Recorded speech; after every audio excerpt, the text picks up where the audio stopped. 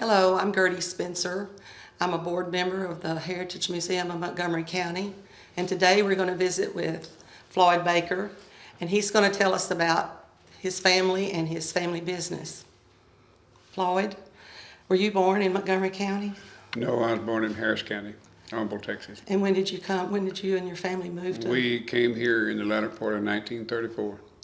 And you moved to Conroe or in the rural area? In the rural area, Conroe. Tell us where that is. That's out towards Grangeland. It's Four Corners, and we had a settlement we moved into. They called Jamestown, and at that settlement there was a tourist cabins there, a filling station, and then my father bought a house back in the woods and moved it up close to the highway. There was no rental property at that time here in Conroe.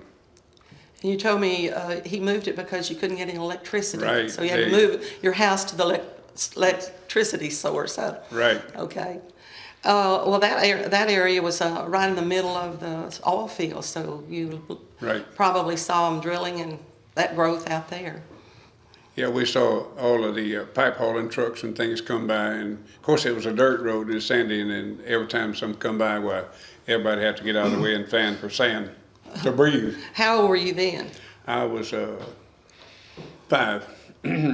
Where did you go to school first?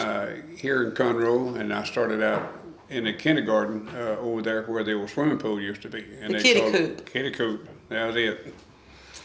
And there is still part of the kiddie coop in Conroe, people living in it right today.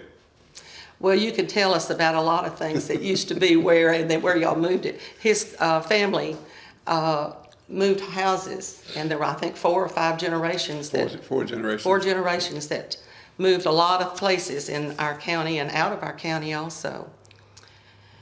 How many brothers and sisters did you have? I had 3 sisters, was all, no brothers. Okay. Tell us about your family, and was he in the your family in the moving business when you moved here? Or Yes. Was that a new business for the family? No, my grandfather was in it, and when he came here, he was in 1898 and 1900. He moved houses in Conroe on rollers down what we call Main Street now. I don't know what it was in. It was Chambers Street. It was? Okay. And then after Dad come along, well, Daddy said that was the awfulest occupation he ever had in his life. I said, what do you mean? He said, you walked all day with a board on your shoulder and a roller on your shoulder. And he said, maybe you go 2 blocks in one day. I'll be. And then it started from that. And then it got motorized, and it was easier. When did you start working with the family business? I was about 12 years old. I drove a truck for my father. Yeah. And you've brought us a album of photos of a lot of the buildings that you've moved, and we're going to take some pictures of that later and let everybody see those. What were the conditions in the downtown area of Conroe? Do you remember? Well, it was all dirt streets, and in 1937 we moved to Conroe. Daddy moved our house to Conroe from out there in Jamestown, and Mother didn't have a car, and we just had the one truck. And I remember all of us kids turning the couch around at the windows and riding to town. We thought that was the coolest thing there was. You know, going down the road. We're comfortable anyway. We'd wave at cars coming by, you know. And then we bought on Pine Street down there, and they bought lots in there, and we moved our house in there. And so that's where you spent the rest of your childhood, right? Most of it, yeah. Okay. And you went to junior high and high school? Yes. And what buildings did you have classes in? Well, the William B. Travis, and it was a junior high then. It was brand new, wasn't it? Yes, brand new. When we came from the old Sam Houston School, that was brand new. And you walked across the street to school. Across the street, you know, and come home for lunch every day right there, you know. And then I came over to David Crockett, the high school there. It wasn't too much further. No, it wasn't 3 blocks. So you didn't have to have transportation, you walked? No. And you went home for lunch like all of us did because there weren't any eating facilities in our schools at that time? None, whatever. What did you do after you graduated from high school? Well, I helped my father for about a year or so. Then I went to work in Freeport down there for a bronze construction company. Moving settled down so bad it wasn't much doing. Then I was drafted in service at that time in 1950, and I was in El Paso is when I was released, and I came back to Conroe and started moving houses back with my father. And your daddy was your boss. Yeah, oh yeah. I knew him. I knew he was a boss. Oh yeah.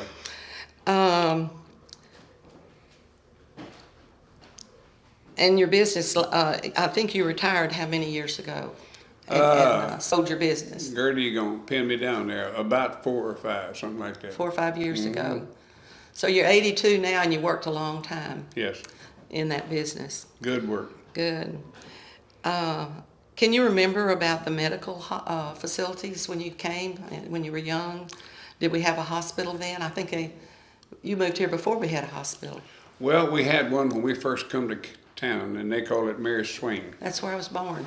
Oh, that's a long time ago, Gertie. Careful. Oh, I know it. And it was about 4 blocks of our house.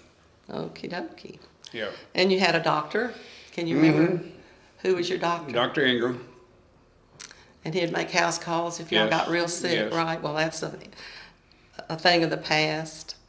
Tell us about some of the houses that you've moved. I know we had a lot of historic houses that have where we're right in the core of downtown, and they were all moved. We were talking about the Haley houses that you moved. Yes. They were on Thompson Street, 2 blocks north of the courthouse. Right. It's out at Four Corners now, and still in good shape. People are still living in the house now. And then there's Miss Bell's house on the same street coming back towards the That's courthouse. Old Thompson Street. Old Thompson. Then it's out here on 2854. Still people living in it too. Well, kind of tell us the procedures of what you do before you get to move the house and how long it takes till you move it to its new site. Well, generally it takes basically about a half a day to a day to go over everything that you're going to need, the rights you're going to need, and get your permits pre-approved from the city and the state and all. And now. And the utility companies. And the utility companies, Right. you got to bring them in, and they got to know the exact height, and they'll give you a height route, and then they will suggest to you which way you're going to go. Not, I'm going this way. They said no, you're going to go this way, so go. we go that way. And that's what sets up the overall move. Did you move any old school buildings or depots? Oh yes, Magnolia's got a depot. Mr. Thorpe's got a depot. And the other depot, the other section house went to Galveston. When you say they had a depot, where did they come from? Keenan. Still there. in Montgomery County? Yes, still in Montgomery County. Yeah, you moved it over. And where is it now? It's out there on Thorpe's, where Mr. Thorpe lived. Okay. And the one from Magnolia that was moved, where did? It would come down there and stayed in Magnolia. I did not move it. Oh, okay. I thought you had. What other historic buildings have you moved? In the city or in the county? Either. We're a county museum, so we want to know all about the county. Okay. There's the house at Willis up there that we moved out, Hewlin House. Oh, that was the Hewlin tobacco plantation right. that was moved. And it was built, I understand it was built before the Civil War. And he went to service and got killed, and they lived there for a while, and then that house was vacated. And then Mr. Thorpe got the house, and then we moved it to Mr. Thorpe's place. And Mr. Thorpe's was an architect, and he moved a lot of buildings on his Right. rural property. Right. Well, that's interesting. Now they've moved again over to the city of Montgomery. Right. What do you remember about the Depression? Well, we really didn't know what it was because we didn't know any better. I mean, we had our own milk cows, we had our own hogs, we had our own chickens. So, you know, outside of buying milk and coffee for the adults, we didn't really know there was such a thing as a hard time. We didn't realize it. Well, I can remember when they started putting some of the city services in. Do you remember them digging the trenches for the sewer lines? Oh, yes. We played in those when we were a kid, did you? Yeah, they put down a big one there where, right in front of our house. It was big enough for us to crawl through. It was a 40-inch one. And I assume before that came in, we were on septic tanks. I don't remember as a Right, it child. was on septic tanks. And when we moved into town there on Pine Street, we did not have water. The city would not pipe us So water. you had to have a well. Well, we piped the water. Finally, Daddy got permission, and he piped the water about 2 blocks away down to our house. Okay. Can you think of any disasters or any things that disrupted our county? Fires or? Well, the only one that we really got upset about is when the old depot burned. Yeah, that was going to be our home for the Right. museum, and then it burned. Yeah, we came there and it was all on fire, and that was a disaster for us. Right, Because right. I wanted to Well, be part of us. we're too young to remember, but downtown Conroe burned twice. Right, Burned in 1901 and 1911. right. So all the buildings that are in the downtown area are from 1911 or newer. One building survived. Do you know which one that was? The old bank building there on the corner of Davis and Right. That was the only one. Yeah, on Main Street. It was the only brick one. And then the third time they built downtown, they had to build it in brick and mortar because the frame buildings had burned so rapidly. Tell us about your military service. You said you were in El Paso? Yes. I was in anti-aircraft out there, and all I did is take my basic training and my advanced training. Then I got discharged from there. Okay. And I know you got married and you still are married to Irene. Tell us about meeting Irene and where her family was from.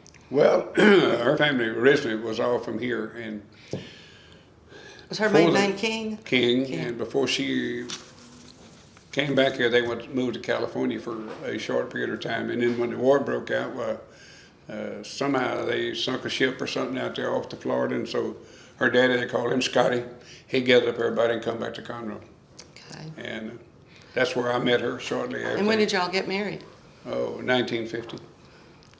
And have 3 children, 3.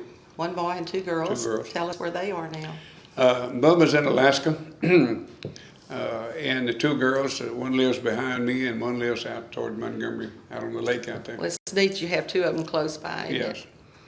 And I know you have a little vacation house out in the National Forest. Tell us about how that happened. Well, it came up, we didn't have a place to go hunting.